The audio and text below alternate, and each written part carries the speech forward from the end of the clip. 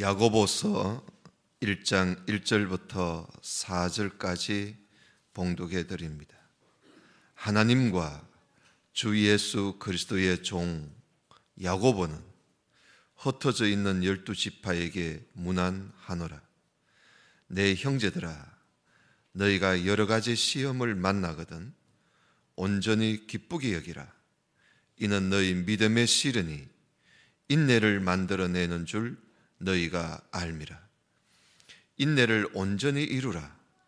이는 너희로 온전하고 구비하여 조금도 부족함이 없게 하려 함이라. 아멘. 야고보서, 이 야고보서는 예수님의 육신의 동생인 야고보가 기록한 말씀입니다. 오늘 1절에 보면 이 야고보가 자기를 가리켜서 하나님과 주 예수 그리스도의 종이라고 그렇게 자기를 소개하고 있습니다. 종 하면은 이 당시는 노예지요, 노예. 하나님과 예수 그리스도의 노예다는 거예요. 이만큼 자신을 낮추어서 나는 하나님의 종, 노예로서 자기를 소개하고 있습니다. 이 야고보는 예수님이 십자가에 못 박히시기 전에는 예수님의 육신의 동생이라도 이 야고보는 예수님을 메시아로 믿지 않았어요. 하나님의 아들로 믿지 않았습니다. 그러나 예수님이 십자가에 죽으시는 걸 보고 또 부활하시는 것을 보고 이 예수님의 육신의 동생들이 예수를 믿게 됩니다.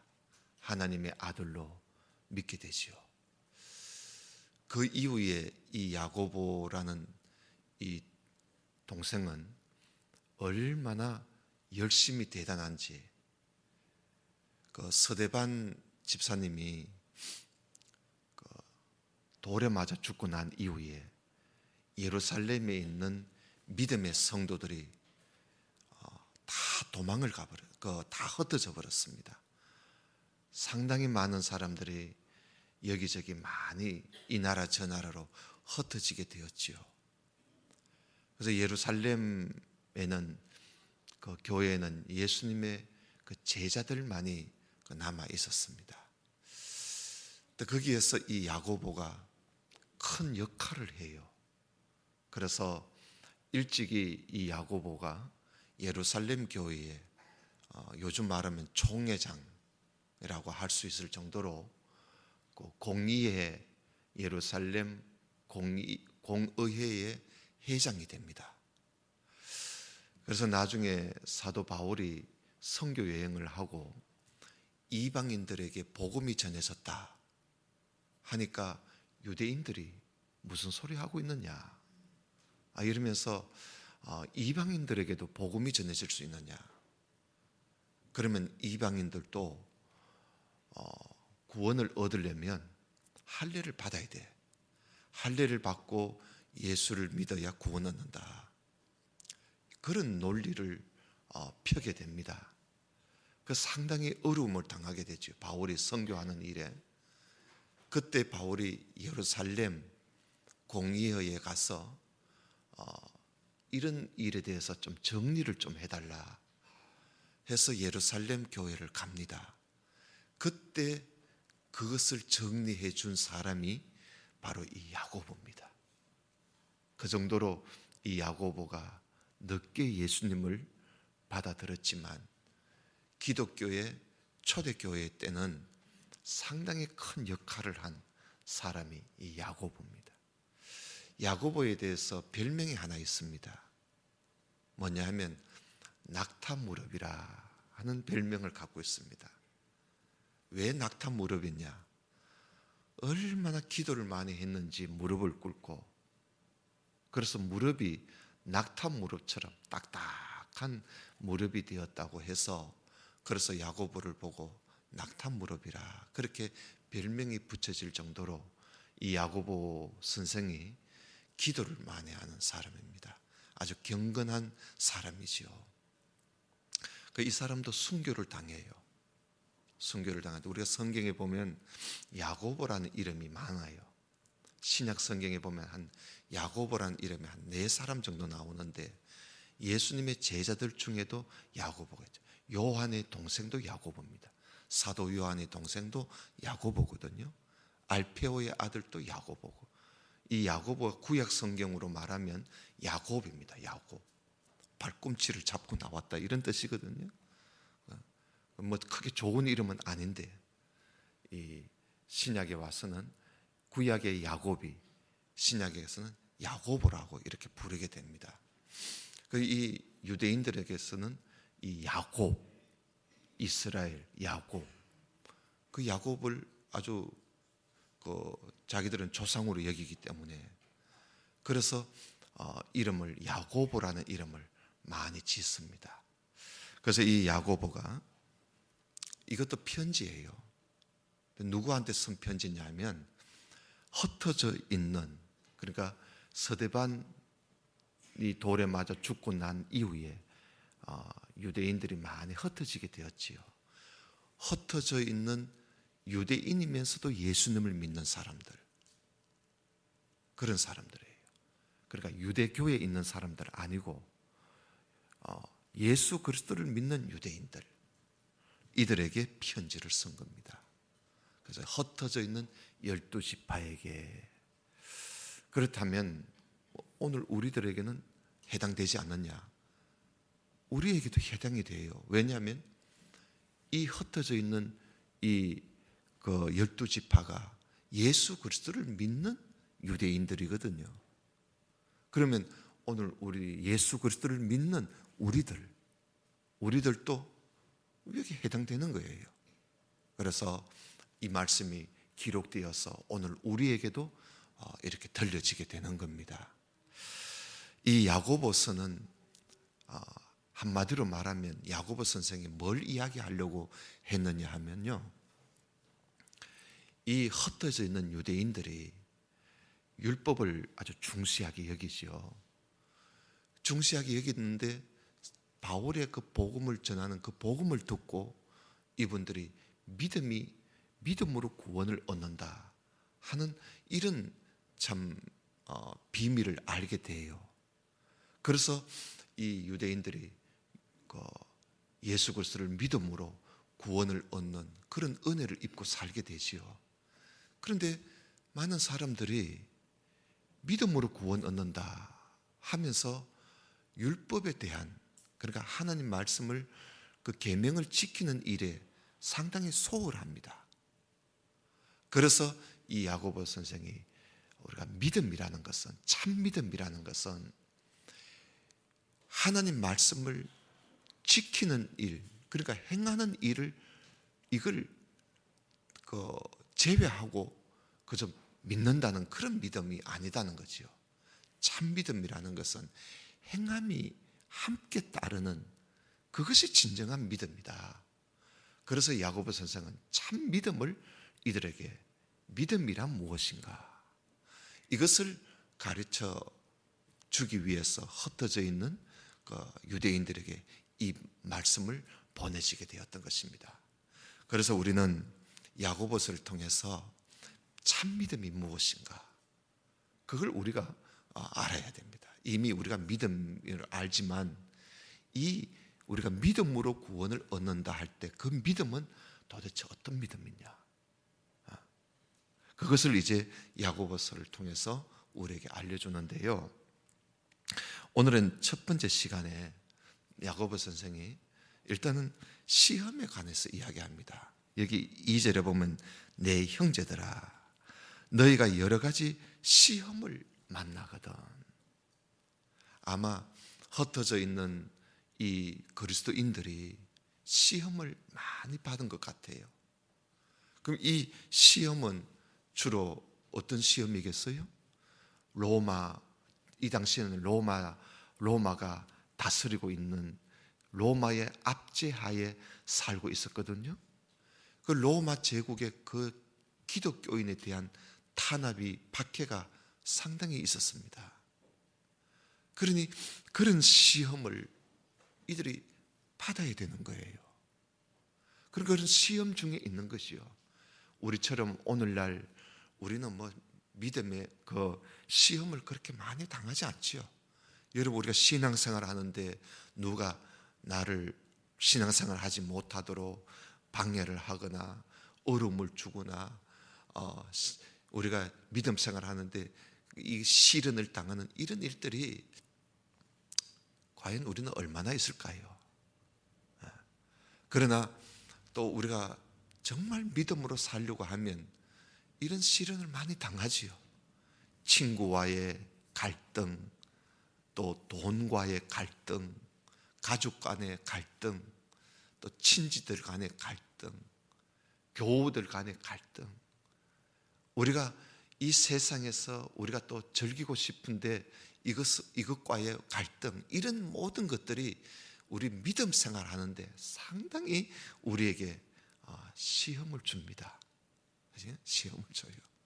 자, 그러면 우리도 이 당시에 그 사람들이 어떤 로마 제국에 대한 시험보다도 오늘 우리들은 우리의 실생활 속에서 많은 시험을 우리는 당하고 만나고 있습니다. 이럴 때 우리가 어떻게 해야 할 것인가 하는 겁니다. 여러분, 시험도요. 오늘 이게 성경은 그저 시험이라 했지만 이 영문에 보면은 시험을 한 3가지로 이렇게 분류해서 이야기합니다. 테스트한다. 그러니까 무엇이 그런지 옳은지 바른지 이걸 구분하는 이런 테스트가 있고요. 또 트라이얼을 해서 이거 어떤 훈련, 그러니까 시련을 주는 그런 시험도 있습니다. 나를 훈련시키는, 연습시키는, 나를 교육시키는 트라이얼이 있어요. 그런 시험이 있고요. 그리고 또한 시험이라 하면 또 한 가지는 템프테이션이라 해서 유혹이 있습니다. 유혹. 우리가 유혹을 받는 것도 시험이거든요. 우리가 살다 보면 어디 유혹을 받아가지고 그 유혹 때문에 나에게 그 어떤 시험, 물질에 대한 유혹, 돈에 대한 유혹, 그런 유혹이 있잖아요. 그런 유혹이 결국은 나에게는 시험으로 이끌어갑니다.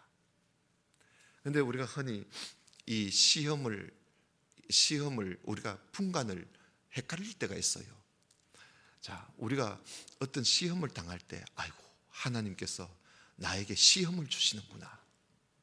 이래가지고 우리가 하나님이 나에게 주신 시험이라고 모든 것, 나한테 어떤 시험이 오면 하나님이 나에게 준 시험이다, 이렇게 우리가 말하기가 참 쉬워요. 그런데 이 야고보 선생은 이걸 구분을 하라 그럽니다. 하나님은 이 하나님이 주는 시험인지 아니면 내 욕심에 이끌려서 행하는 시험인지, 그러니까 시험인지 트라이얼인지 템프테이션인지 이걸 구분을 좀 하라는 거예요. 하나님이 나의 믿음을 위해서 정말 하나님이 나를 단련시키고 훈련을 시키기 위해서 주는 시험인지 아니면 내 욕심에 이끌려서 내가 받는 유혹인지 이걸 구분하라는 거예요. 그래서 여러분 13절을 조금 보십시다. 13절.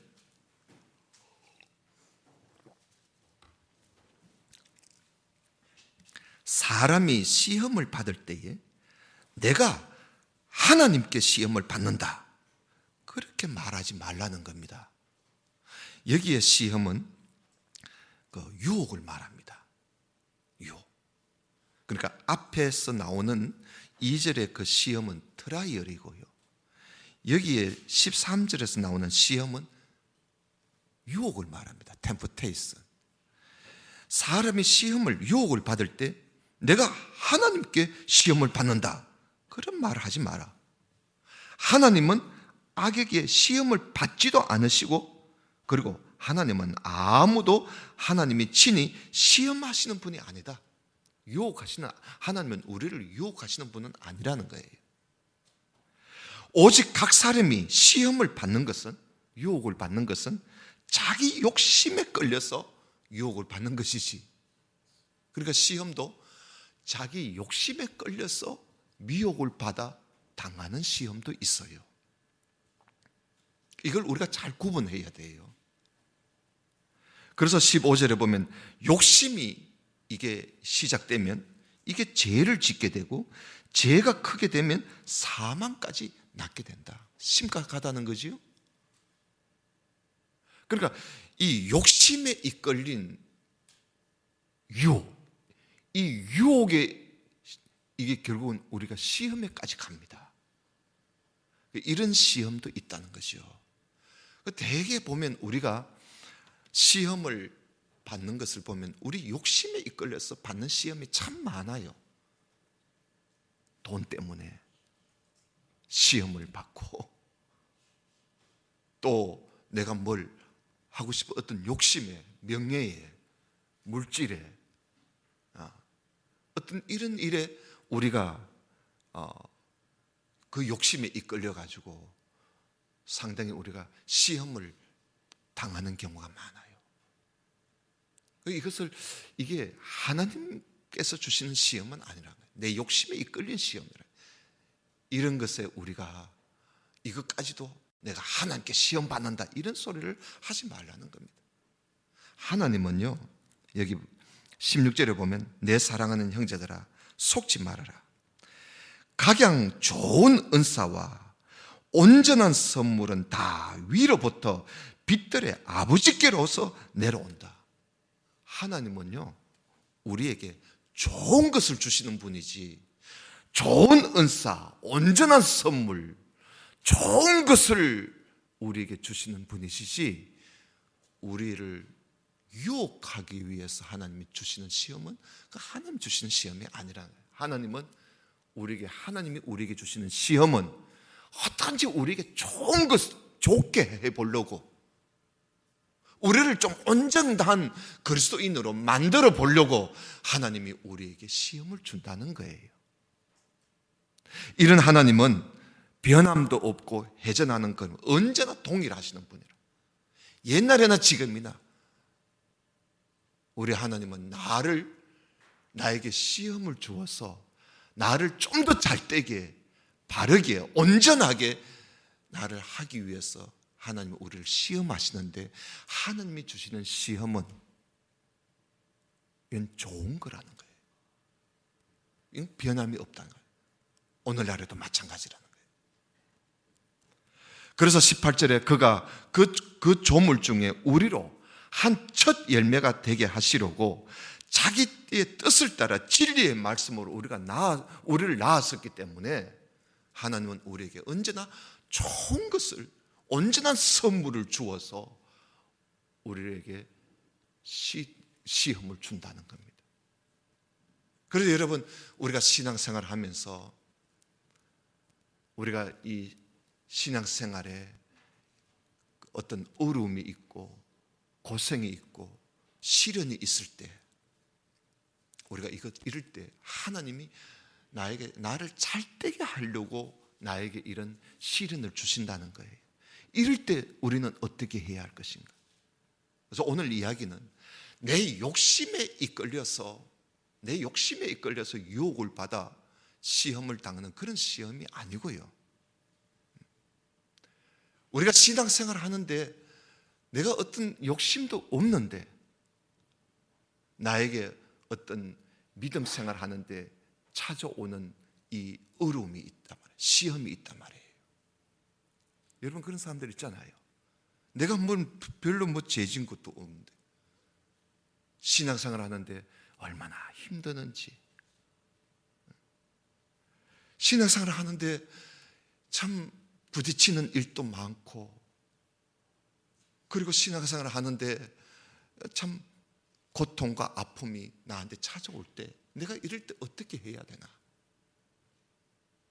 오늘 그 이야기입니다. 그래서 오늘 제목을 믿음의 시련이라 그랬어요. 그래서 여러분, 우리 그리스도인들이 당하는 이런 이 시험은 시련입니다. 믿음의 시련이에요.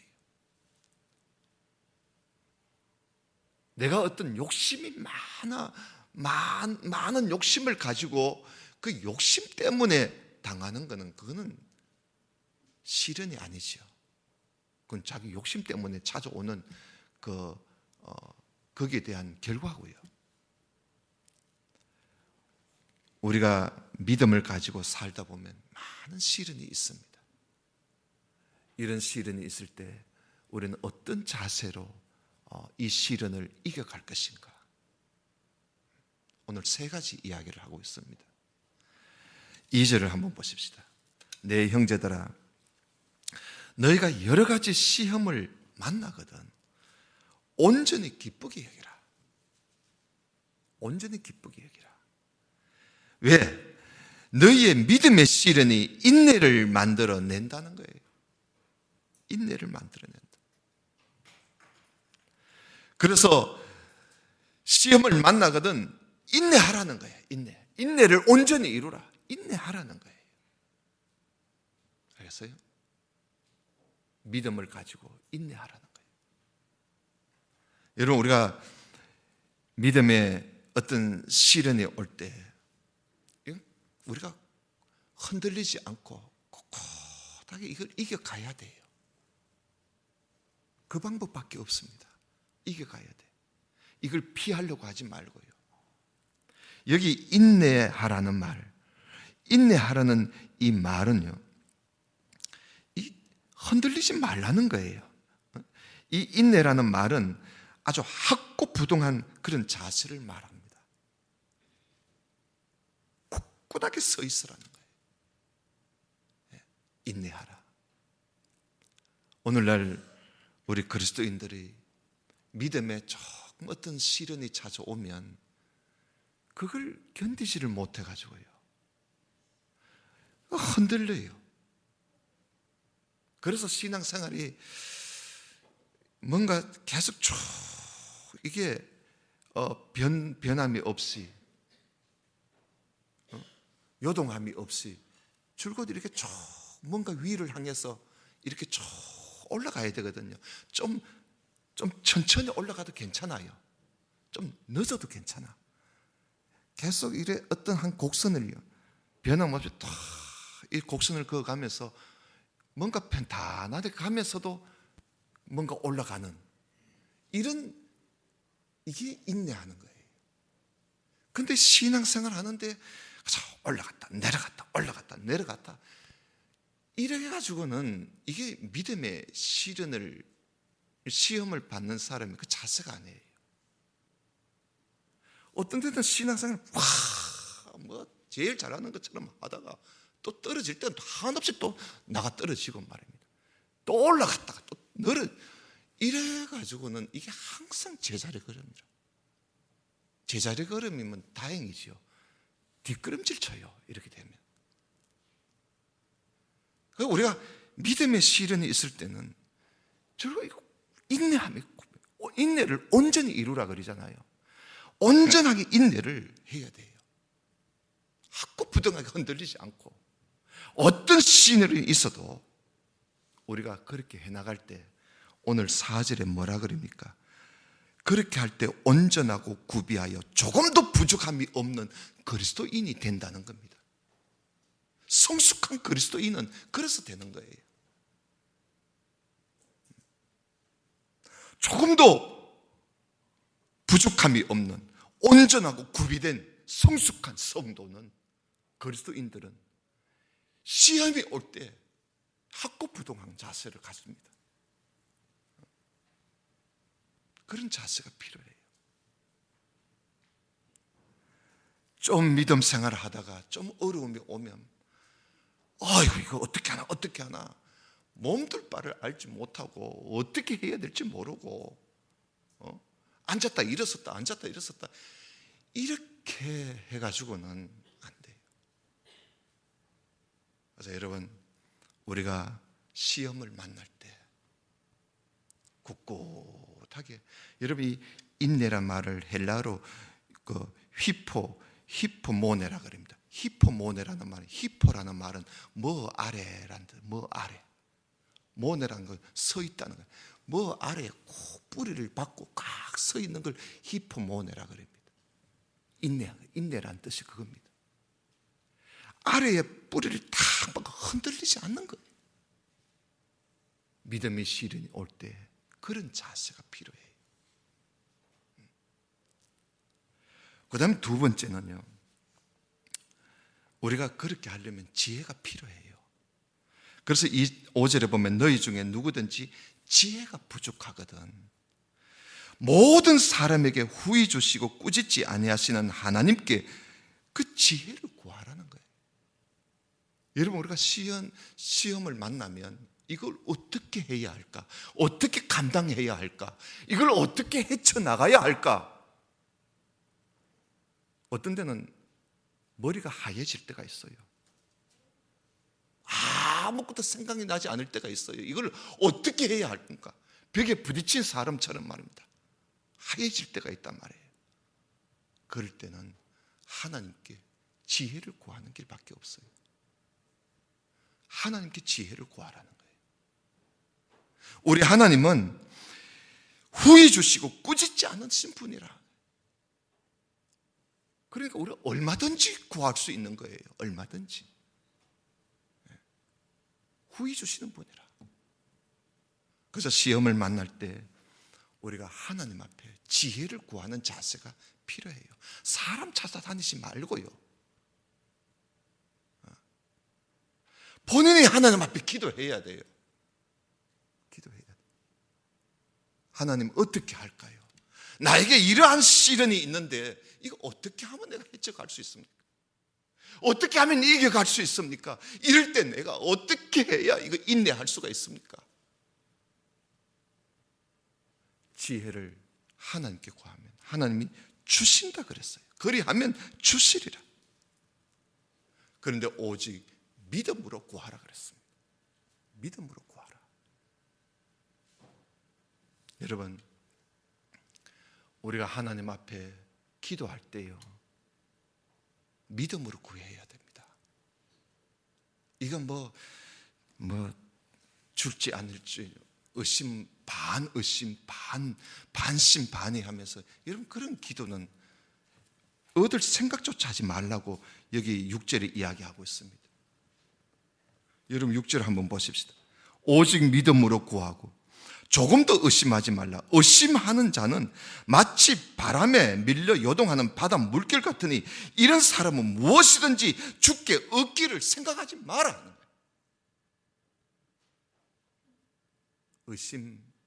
기도에는 의심을 해서는 안 되죠. 오로지 믿음으로 두 마음을 품어 모든 일에 정함이 없는 사람, 이게 의심하는 사람입니다.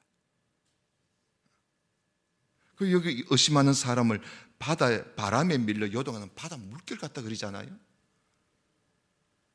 종잡을 수 없는 거예요. 의심하는 사람, 정함이 없다. 어떤 일정함이 없는 거예요. 이리 흔들리고 저리 흔들리고. 여러분, 믿음의 시련이 있을 때 하나님 앞에 지혜를 구하고요, 믿음으로 구하고 하나님께서 주실 줄 믿고 전폭적으로 하나님 앞에 의지해야 됩니다. 일단 하나님께서 길을 열어줘, 길을 보여주는 겁니다. 지혜를 주는 거예요. 내가 어떻게 이걸 이겨갈까, 헤쳐갈까, 이걸 어떻게 이겨갈까, 하나님이 길을 보여주시는 거예요.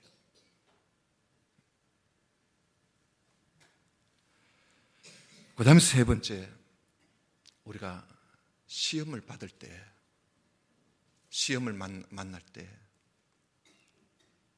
가난한 사람도 시험을 만날 수 있고요, 또 형편이 괜찮은 부자도 시험을 만날 수가 있습니다. 여러분, 가난한 성도일수록 믿음의 시련이 많지요. 그러나 또한 부자도요, 부자가 믿음을 가지고 살다 보면 참 시험이 많습니다.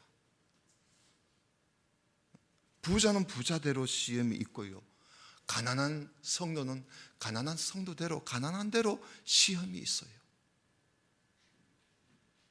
그럴 때 우리가 어떻게 해야 하는 것이지요? 오늘 여기 9절에 보면 낮은 형제, 여기 낮은 형제란 것은 가난한 형제를 말합니다. 낮은 형제는 자기의 높음을 자랑해라. 자기의 높음이 뭡니까? 내가 하나님의 자녀라는 사실을 자랑하라는 거예요.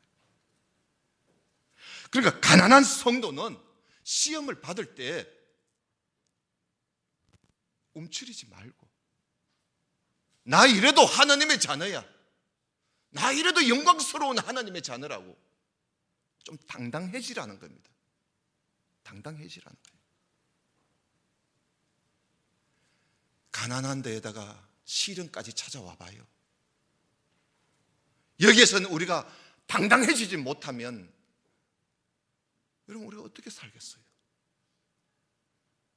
그래서 낮은 형제는 시험을 만나거든 내가 하나님의 자녀다 하는 사실을 알고 좀 당당해지라는 거예요. 시련 앞에 당당해지라는 거예요. 부끄러워하지 말고, 낙심하지 말고 당당해지라는 거예요. 그리고 부한 형제는 시험을 만나거들라 자기의 낮아짐을 자랑해라는 겁니다. 겸손하라는 겁니다. 겸손하라는 거예요. 내가 하나님 앞에 어떤 존재인지를 알고 겸손하라는 겁니다. 주로 부자가 오는 시험들은요, 교만의 시험이 많습니다. 자칫하면 교만해져요. 그럴 때 내가 하나님 앞에 나는 주님의 은혜로 내가 부를 누리고 있고, 내가 주님의 은혜로 내가 내 모든 가진 것이 주님의 은혜로 내가 가지게 되었다, 이 사실을 알고 겸손하라는 거예요. 겸손하라.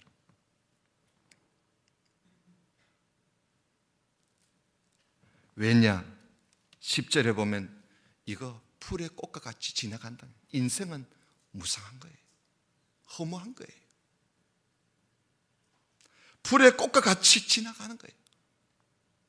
가난도 부도.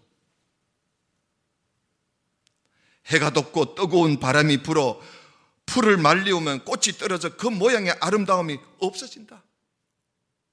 그러니 부한 사람은 그 행하는 일에 이와 같이 세잔할 것이니 절대로 부를 자랑하지 마라. 낮아지라는 겁니다.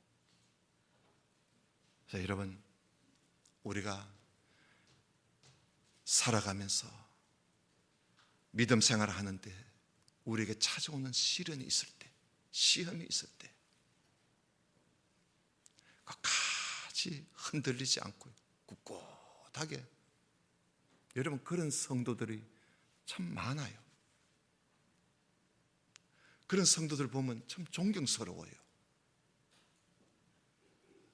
우리 성도들도 이래 보면 연세 많으신 분들, 어떤데 옛날 이야기를 쭉 들어보면요, 그 인생을 살아온 그 이야기를 들어보면 참 놀랍지요.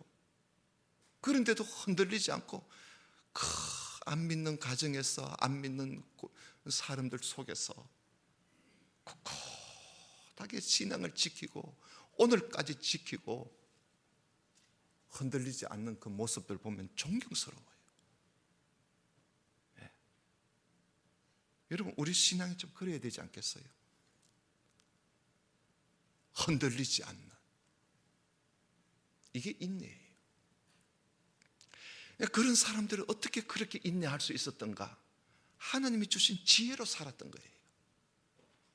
그저 어려움이 있을 때마다 하나님 앞에 무릎 꿇고 기도하니까 하나님께서 그 길을 열어주신 거예요. 그래서 지혜를 얻고 그걸 이겨온 것이요, 자기 힘으로 이겨온 거 아닙니다. 하나님이 지혜를 주니까. 그래서 그 지혜로 그 인생을 믿음의 시련을 이겨온 거예요. 가난해도요, 조금도 움츠리지 않고 가난해도 당당한 거예요. 돈 좀 있어도 절대로 자랑하지 않는 거예요. 오히려 하나님 앞에 감사하고, 그렇게 하면서 살아왔기 때문에 성공하는 것이요. 그럴 때 성숙해지는 거예요. 그래서 오늘 말씀 12절이 결론입니다. 12절에 보면 시험을 참는 자는 복이 있다 그러지 않습니까? 무슨 복일까요? 여기 보면 이것에 옳다 인정하심을 받은 후에 하나님께서 그래, 너 참 잘했다, 하나님이 인정하시게 된다는 겁니다. 시험을 참는 자는 하나님이 인정하시는데, 하나님이 인정하심을 받은 후에 주께서 자기를 사랑하는 자들에게 약속하신 생명의 면류관을 준다는 거예요. 생명의 면류관을 준대요. 그렇게 시험이 있었을 때, 믿음의 시련이 있는데도 참고 그래 왔었을 때 하나님이 그걸 인정하시고, 그래, 네가 나를 사랑하는구나. 여러분, 사랑 없이는 이렇게 할 수 없거든요. 믿음의 시련을 참고 이겨가려면 하나님을 사랑하는 마음 없이는 할 수가 없어요. 우리 부모님들 그렇잖아요. 자식을 사랑하니까 참 속이 상하게 해도 참는 거예요. 참는 거예요. 사랑하니까. 하나님을 사랑하니까. 하나님 그걸 알아요. 네가 나를 사랑하는구나. 그래서 내가 너한테 약속한 생명의 면류관을 내가 주마. 그 이야기입니다. 여러분, 믿음의 시련을 잘 이겨가게 되면요, 마지막에 약속이 있습니다. 그게 복이지요. 그게 진정한 복입니다. 바로 생명의 면류관이라는 거예요. 여러분, 이런 복이 아무에게 주어지는 게 아닙니다. 하나님께 인정을 받은 사람에게 주어지는 겁니다. 하나님께서, 누가 그러면 하나님께 인정받느냐? 인생을 살아가면서 믿음 가지고 살면서 나에게 찾아오는 모든 시험 속에서도 흔들리지 않고 끝까지 참고 나가는 그들에게 하나님이 인정해 주시는, 그에게 하나님이 이런 복을 주시는 겁니다. 그래서 여러분, 시험이 올 때 하나님이 나에게 시험하는구나, 이런 시험인지 욕심인지 자기 욕심인지 그것도 구분할 줄 모르고 그렇게 함부로 말하지 말고요. 하나님은 우리 잘 때라고 그냥 우리를 내버려 두시는 거 아니에요. 그래, 너가 한번 살아봐 하고, 너 마음대로 한번 살아봐 하고, 우리 하나님의 자녀들을 하나님 마음대로 살아보라고 그냥 내버려 두시는 게 아니에요. 하나님은 같은지 성숙한 하나님의 자녀들이 정말 하나님 앞에 인정받을 만한 그런 하나님의 자녀가 되도록 하기 위해서 하나님은 우리에게 계속 훈련을 시킵니다. 트라이를 시킨다. 시험을 주는 거예요. 그래서 여러분, 이런 시험을 하나님께서 우리 주실 때 잘 때라고 주시는 것이지 절대로 우리를 넘어뜨리려고 하나님이 하시는 분은 아니에요. 좋은 은사, 좋은 선물을 주어서 우리에게 주시려고 시련을 주시는 겁니다. 이 사실을 알고 우리가 믿음의 시련이 있을 때, 우리가 늘 그걸 안고 살잖아요. 늘 안고 살 때 흔들리지 말고요. 그리고 늘 하나님 앞에 무릎 꿇고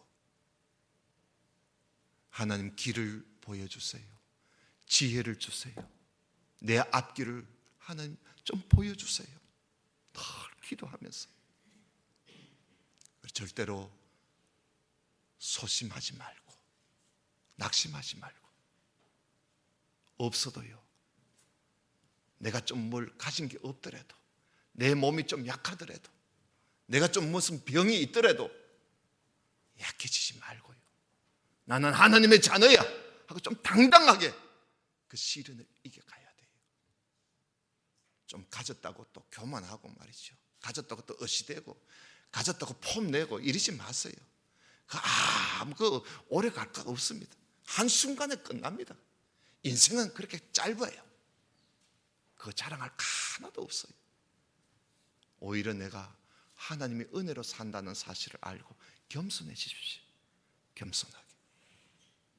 이렇게 될 때 우리가 그 시험을 끝까지 이겨, 그래서 하나님 앞에 인정받게 되고 생명의 멸류관을 얻게 될 줄로 믿습니다. 그런 우리 모든 성도가 되시기를 주님의 이름으로 축원합니다.